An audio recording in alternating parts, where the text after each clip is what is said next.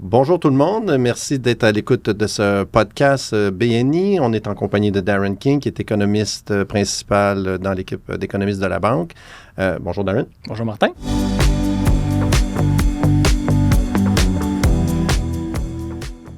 Alors, on va parler de plusieurs choses, mais on va essayer de se distancer un petit peu là, de ce qui se passe au niveau global, quoique on n'a comme pas le choix de parler de l'Iran avec le choc pétrolier qui est en cours, mais j'aimerais ça qu'on se concentre plus sur l'économie canadienne, si tu veux bien.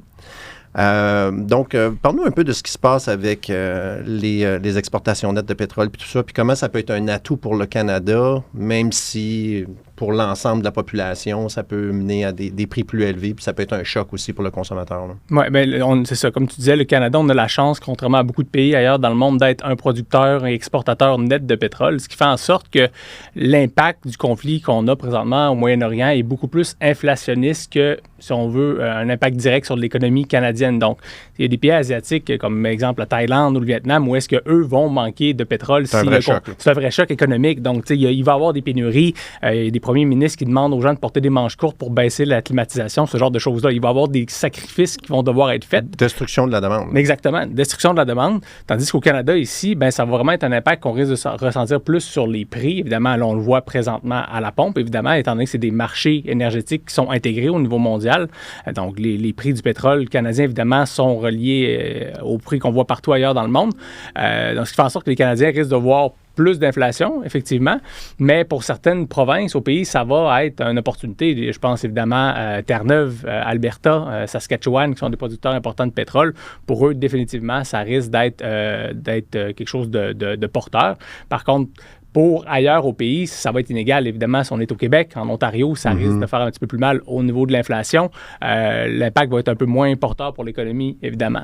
Donc, quand on se compare, on se console. C'est un peu aussi la même chose aux États-Unis, dans le sens que c'est un producteur aussi net d'énergie, donc un peu moins là, de sacrifices qui vont être nécessaires, pas de pénurie à anticiper, mais c'est un impact sur l'inflation qui va définitivement là, se faire sentir. Puis même là, si le conflit arrête du jour au lendemain, il va y avoir des impacts à long terme qu'on peut pas revirer, qu'on peut pas tasser du revers de la main. Quoique pour les États-Unis, ce qu'on peut observer, c'est que malgré la hausse du prix, il y a un incitatif à savoir si ça va être permanent ou pas, qui fait en sorte que ce qu'on appelle les frackers, là, sont réticents là, à vouloir augmenter leur production. Là. Non, c'est ça, exactement. Puis, tu sais, il y a eu de la destruction de capacité au niveau mondial, là, au niveau de la production d'énergie, puis ça va prendre du temps avant que cette production retourne au niveau qu'on avait avant le conflit.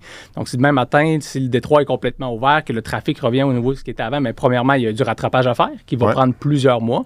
Ça veut dire des prix de l'énergie qui vont demeurer hauts pendant longtemps, mais tous les autres produits aussi dont la production est intensive en énergie, l'aluminium, les fertilisants, l'acide sulfurique pour faire les microprocesseurs pour l'intelligence artificielle, par exemple. Tout ça va avoir un deuxième impact sur l'inflation qui risque de se faire sentir plus tard dans les prochains trimestres. Évidemment, si l'engrais augmente, ben, le prix de la nourriture risque d'augmenter aussi.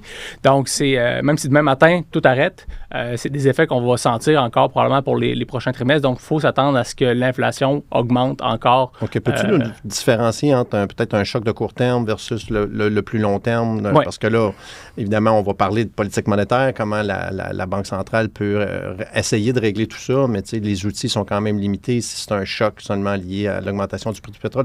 Situe-nous un peu là, au niveau de l'inflation. Où est-ce qu'on en est, puis quelle est la marge de manœuvre là, de Donc, banque? Ce qu'on a vu présentement, c'est que l'inflation, autant au Canada qu'aux États-Unis, a augmenté. Là, les données qu'on a les plus récentes en mars. Par contre, ce qu'il faut comprendre, c'est que c'est un choc. L'inflation totale a augmenté. L'inflation de base, donc quand on exclut l'énergie, l'alimentation, donc quand on regarde vraiment l'inflation fondamentale, elle a augmenté moins qu'on pensait. Donc ça, c'est une bonne nouvelle, autant au Canada qu'aux États-Unis. Donc ça demande que les autres pressions inflationnistes ailleurs, dans d'autres produits, sont peut-être un petit peu moins fortes pour le moment que qu'est-ce qu'on avait anticipé. Donc ça, au moins, c'est une bonne nouvelle. On part sur un pied, si on veut, autant là, au Canada, plus particulièrement, là, un pied d'une inflation un peu plus faible que qu'est-ce qu'on aurait anticipé. On parle de quel chiffre, là?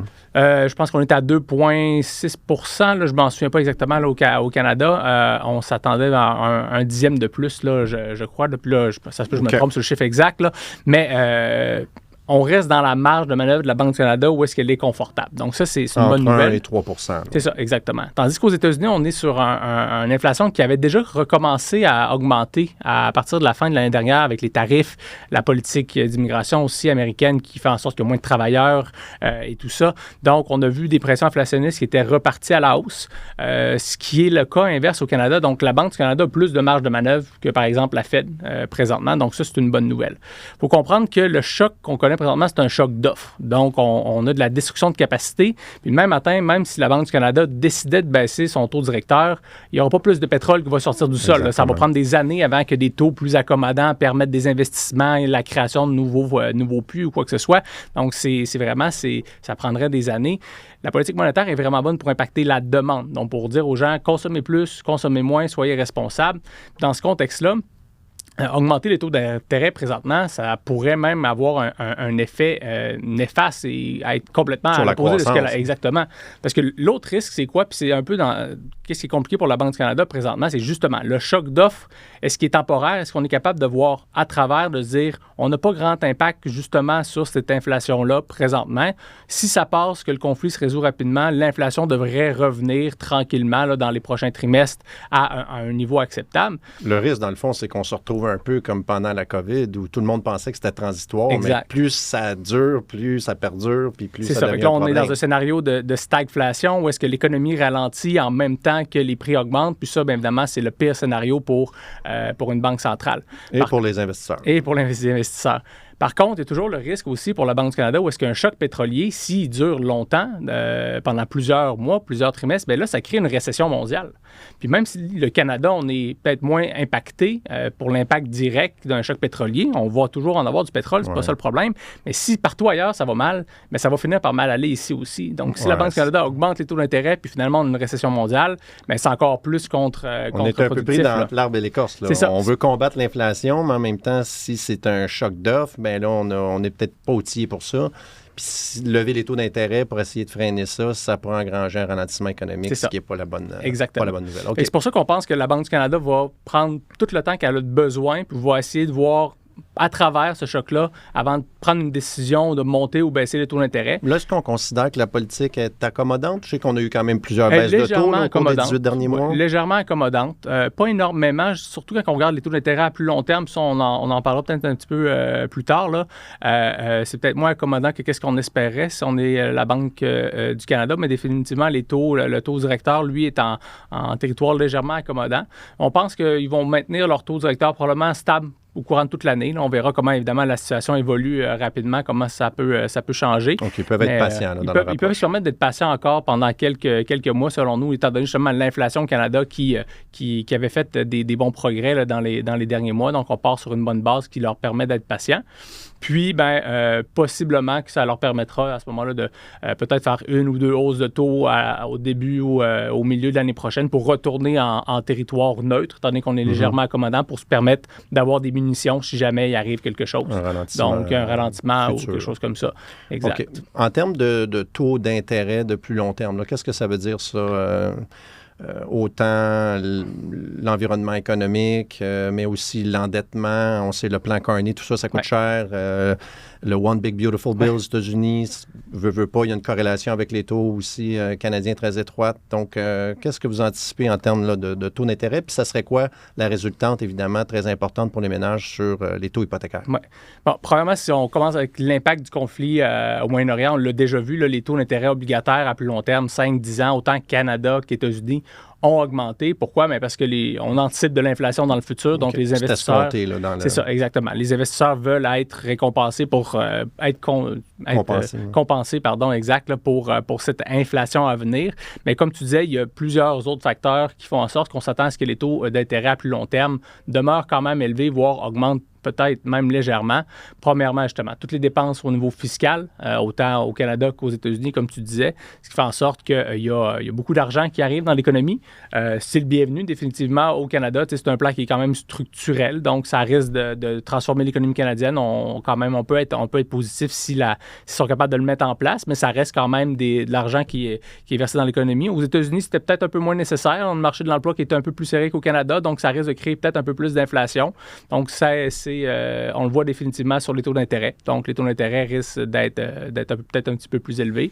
Mais il y a aussi toute la question de la soutenabilité de la dette des différents pays. On a vu les États-Unis qui ont déjà été décotés dans les dernières années. Il y a eu des expériences comme en Grande-Bretagne où est-ce que la première ministre a déposé un plan fiscal qui a été complètement désavoué par les marchés.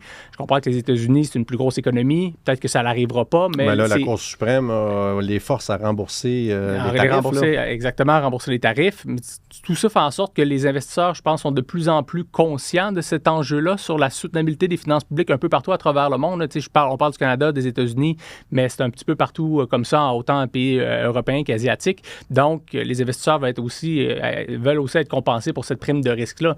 Évidemment, si vous prêtez de l'argent à quelqu'un et vous ne savez pas si vous allez être capable de vous repayer, vous allez vouloir être compensé pour ce risque-là. Donc, c'est un peu ce qu'on observe aussi.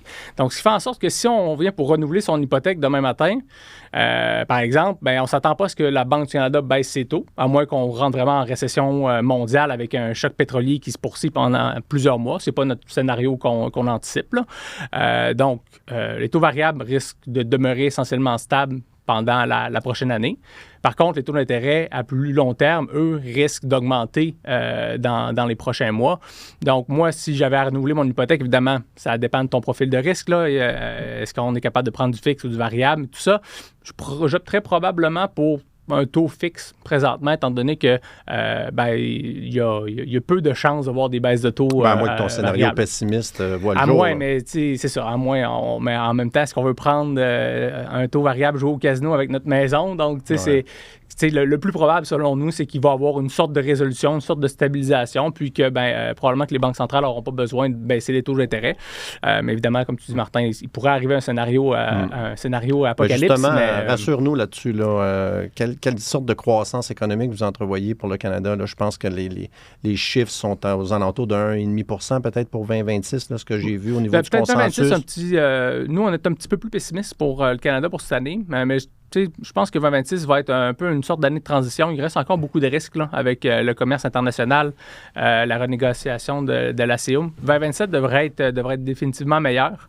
Mais ce qu'on voit au Canada, évidemment, l'incertitude la demeure. Là. Évidemment, les tarifs, là, je comprends qu'on en entend peut-être un petit peu moins parler parce que M. Trump semble avoir la capacité de se concentrer sur une chose à la fois. Donc là, c'est l'Iran. On verra ce qui se passe une fois que ça s'est réglé avec le renouvellement de la CEUM qui arrive bientôt. Oui, on a entendu qu'il allait peut-être retarder ça un peu. Là, c'était prévu le 1er juillet, mais là, il semble dire qu'ils ne sont pas prêts ni au Canada ni aux États-Unis. Mais là, le gouvernement a mis en place son comité conseil et tout ça là, dans les derniers jours. Donc, on verra. Composition assez intéressante, d'ailleurs. Effectivement, un peu de tous les secteurs, toutes les allégeances politiques. Donc, ça, au moins, c'est une bonne nouvelle. On voit que le Canada est unifié là, sur ce front-là.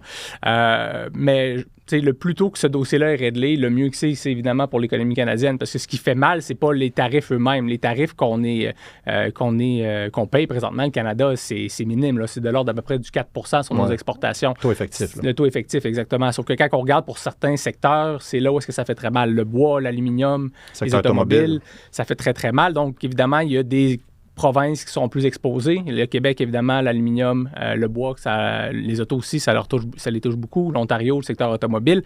Donc, mais l'incertitude, c'est vraiment ça qui fait mal. Donc, d'avoir une résolution au niveau du renouvellement de la CEUM qui peut se faire le plus rapidement possible, le plus facilement possible. Ça va être un positif. Ça va être un positif. C'est sûr que les gens commencent à s'habituer à cette incertitude-là, mais ça reste encore un spectre qui est assez important là, avec ce renouvellement à venir-là. Mais on pense qu'en 2027, ça pourrait être définitivement plus porteur, un PIB qui pourrait augmenter de l'ordre d'à peu près 1,5%. Une autre chose qui freine aussi, évidemment, l'économie canadienne, c'est notre démographie. Là. On a eu un changement radical au niveau de la politique d'immigration.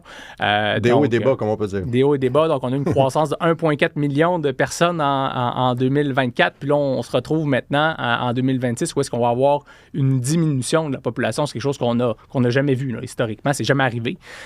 Donc, évidemment, ça vient limiter notre croissance économique. Il faut miser sur la productivité dans ce temps-là, mais ça prend du temps avant de faire des investissements nécessaires et tout ça, surtout dans le contexte d'incertitude. Ça peut être difficile. Ouais. Les taux d'intérêt à long terme qui ont moins baissé qu'on aurait souhaité aussi. Donc, pour les entreprises qui veulent emprunter pour faire ces investissements-là, c'est plus compliqué que ce qu'on l'espérait. Donc, ça, c'est un petit peu un frein aussi là, à l'investissement puis à ces gains en productivité-là qu'on aurait espéré. Donc, tout ça, ça se traduit là, par une croissance peut-être un peu plus faible en 2026. 2026, Exactement. mais on anticipe, les une... dépenses fiscales et tout ça pour relancer l'économie en 2027. C'est ça. Parfait. Écoute, en terminant, moi, ça, juste parler un peu d'immobilier. Je sais que c'est ton dada, ton day-to-day. Marché quand même assez ségrégué au Canada. On sait que Toronto, c'est pas Vancouver, c'est pas Calgary ni Montréal. Donc, qu'est-ce qui se passe? Qu'est-ce que tu vois au niveau de l'activité? Bien, ça, c'est un gros changement depuis ce qu'on avait observé depuis la pandémie. Là. Avant la pandémie, on disait tout le temps que le marché immobilier, c'était plein de petits marchés immobiliers régionaux. Donc, on ne pouvait pas parler du marché immobilier, mais des marchés immobiliers. Puis, avec la pandémie, tout ça a changé. Là, tout montait en même temps, tout ralentissait en même temps partout au pays. Mais là, on recommence un peu à revenir dans ce contexte, dans cette dynamique-là de vraiment des dynamiques régionales différentes. Puis ce qu'on observe, c'est que définitivement, les marchés ontariens et de la Colombie-Britannique ont beaucoup de difficultés présentement. Puis ça, c'est malgré le fait que la Banque du Canada a baissé son taux directeur à l'automne à 2 reprises. On n'a eu aucun rebond dans l'activité malgré ça. Donc, on voit que l'incertitude continue de faire très mal. Puis dans ces marchés-là, spécifiquement, l'abordabilité demeure un enjeu très, très important. Donc, ça vient amplifier l'impact de l'incertitude. Évidemment, ça devient une décision financière qui est très, très, très importante avec des seuils d'inabordabilité comme qu'on a là-bas. Donc, si on ne sait pas si on va avoir encore un emploi, puis ça nous coûte très, très cher, bien, c'est sûr qu'il y a beaucoup de gens qui vont mettre ça sur la table, qui vont tasser ça sur la table. Donc, ça reporte des décisions de vente ou d'achat pour beaucoup de gens. Par contre, dans les marchés plus abordables, ce qu'on voit, par exemple, au Québec, en Alberta, le niveau des ventes demeure très, très bon. Là. Mm-hmm. Donc, ça, c'est quand même, on est quand même optimiste pour ces marchés-là. C'est parce qu'il y a un manque de logement? Parce qu'on voit quand même que ça construit beaucoup, là, que ce soit à Montréal ou à Calgary, quand je visite, là. Bien, ça construit beaucoup. Ça construit pas assez quand même. C'est ça, donc il manque des logements. Il manque, tu sais, la pénurie de logements, ça, c'est quelque chose qu'on va encore en entendre parler pour probablement les 10 prochaines années. Là, même si là, on a une population qui diminue, il en manquait tellement, il va en manquer encore pendant longtemps. On absorbe encore Oui, c'est ça. Tu sais, l'abordabilité s'est améliorée, mais on demeure encore à des niveaux plus pires que ce qu'on avait avant la pandémie. Là. Donc, ça demeure très, très inabordable. Donc, il en manque encore toujours beaucoup. Puis là, tu sais, ce qu'on a remarqué aussi, c'est que les prix ont diminué dans plusieurs marchés. Donc là, si on est quelqu'un qui aurait voulu vendre sa propriété pour acheter de quoi de plus gros, laisser notre propriété à un premier acheteur, par exemple, bien là, il y a des gens, par exemple, à Toronto, où est-ce qu'ils ont de l'équité négative s'ils décident de vendre demain matin. Donc là, un peu l'engrenage vient à être bloqué. Donc, ces gens-là ne vendent pas, donc ça vient un peu bloquer le marché. Donc ça risque de ralentir probablement ces marchés-là pour les prochaines années, même le temps que cet engrenage-là reprenne là, tranquillement. Donc, on est un petit peu moins optimiste pour ces marchés-là. La construction aussi les chiffres sont pas trop mauvais. Là. Tu sais, quand on regarde Alberta, Québec, les Maritimes, mais en Ontario, c'est très, très, très difficile. Le marché du condo neuf qui est complètement à terre. Donc, le temps que les promoteurs revoient un peu leur modèle d'affaires, moins investisseurs, plus pour les familles, ça va prendre, évidemment, ça prend du temps, là, mais ça veut dire aussi probablement des marges plus faibles. Plus les unités sont grosses, moins c'est intéressant en termes de marge, généralement, pour les producteurs. Donc, ça va être probablement seulement les plus gros, les plus importants qui vont être capables de continuer à opérer ou du moins qui vont être autant profitables puis être capables de sortir leur épingle du jeu. Donc, il y a des défis encore beaucoup là, à ce niveau-là pour la construction neuve. Donc, l'abordabilité, ça va demeurer un enjeu, selon moi, encore pour encore plusieurs années, malheureusement. Bon, intéressant et on va sûrement pouvoir en reparler au cours des prochaines années. Bien, écoute, c'est tout le temps qu'on avait. Darren, merci beaucoup de ta participation et pour vous à l'écoute, on se reparle le mois prochain. Bonne journée. Merci beaucoup.